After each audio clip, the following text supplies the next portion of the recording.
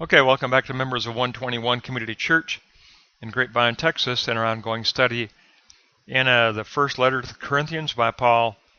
We're going to do a recall triad now for chapter 2, verses 1 through 13 on Kerygma and doxa glory. Take a look at block 1. We'll take a look at verses 1 through 3 and the concept of asthenia, human weakness. For Paul, Kerygma proclamation means being a witness for God. The Kerygma can only proclaim Christ as crucified, and we stand at the foot of the cross in asthenia, weakness. Through our stance of humility, we open ourselves to the objective possibility of God apocalyptically unveiling His doxa glory in the moment of Kerygma event. Now in block 2, we'll take a look at verses 4 through 6. Look at dunamis power. The message of Kerygma becomes a showing forth of divine power, so that our faith experience within Kerygma proclamation will always be evidence of the power of God. The message and the faith event of Kerygma both create the tois teleos, the eschatological people of God. And then in 2:12, as the eschatologically reborn, we are recipients of the Spirit from God Himself, and this indwelling empowers us to subjectively know the deeper truth in every Kerygma event. And the verb ido is the spiritual knowing of the depth of spiritual truth. It's the essence of spiritual truth that ido knowing speaks of. Now block 3, verses 7 and 8. The eis doxon, the unto glory. God's wisdom is a veiled mystery that is destined for doxa glory. The secular age cannot understand the mystery out of their own rational ability. It must be unveiled as a gift of grace. Therefore, Kerygma passes through the moments of human weakness and divine power in order to actualize divine glory. And then in 2:13, the very important verse, objective unveiling and subjective ido knowing come together in the Kerygma event as Sunkrino, the combining of ideas through spiritual discernment.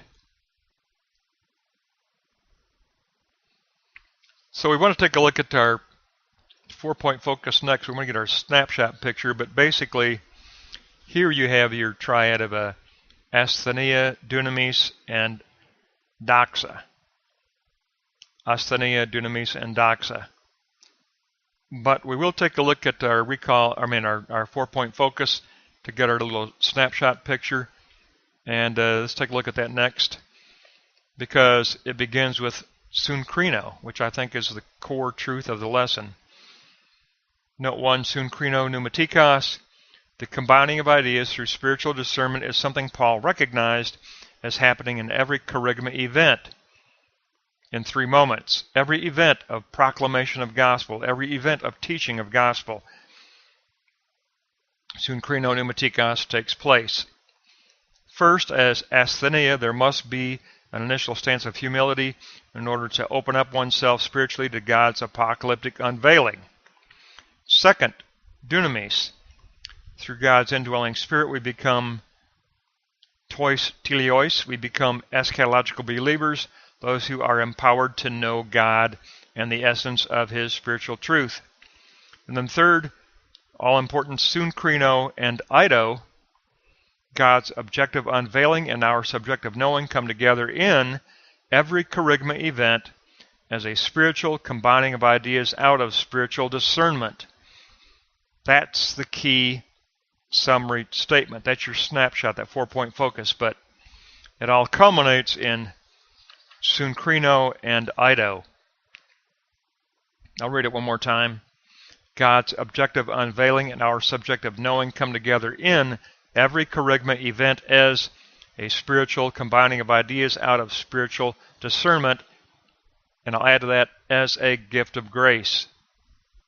You can see here that Paul is emphasizing absolutely that it's the power of God that allows man to know God.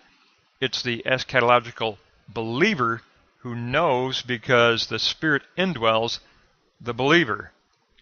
You have the objective unveiling, you've got the subjective knowing in the power of the Spirit, and it comes together in a joint Sunkrino weaving together of the objective and the subjective in true depth of spiritual discernment. Depth of spiritual discernment. So Sunkrino and Ido come together. Ido, the knowing of the essence of spiritual truth. Ido knowing through the process of Sunkrino. So we basically have four concepts that we end up with here for a recall. We have asthenia, dunamis, doxa, and Sunkrino.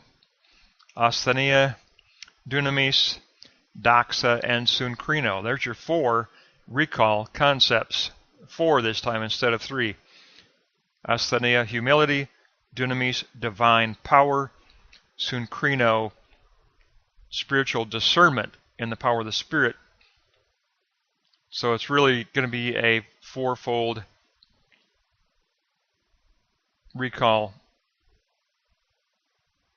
grid that teaches us, Paul teaches us how the doxa glory of God is unveiled in every Kerygma event by the power of the Spirit. And a Kerygma event is the proclamation of the gospel in proclaiming the gospel and preaching. Also, teaching is a Kerygma event where the gospel is taught. But in that preaching and in that teaching, the Spirit is at work, and the Spirit is at work creating the knowing of God, creating the knowing event, which is called, Paul says, a Kerygma event. Kerygma is a Kerygma event because it has an objective side and a subjective side. They come together in the work of the Spirit, who weaves them together in a miracle of the act of knowing, spiritual knowing, true spiritual knowing. Not something you can achieve in your own mind. Secular reason cannot ascend to God. God descends to humanity. Humanity does not ascend to God.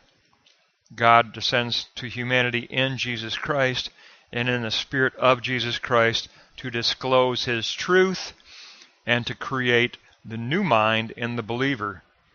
That'll give us our recall triad for chapter 2, verses 1 through 13. We'll pick up with chapter 2, verse 14 next.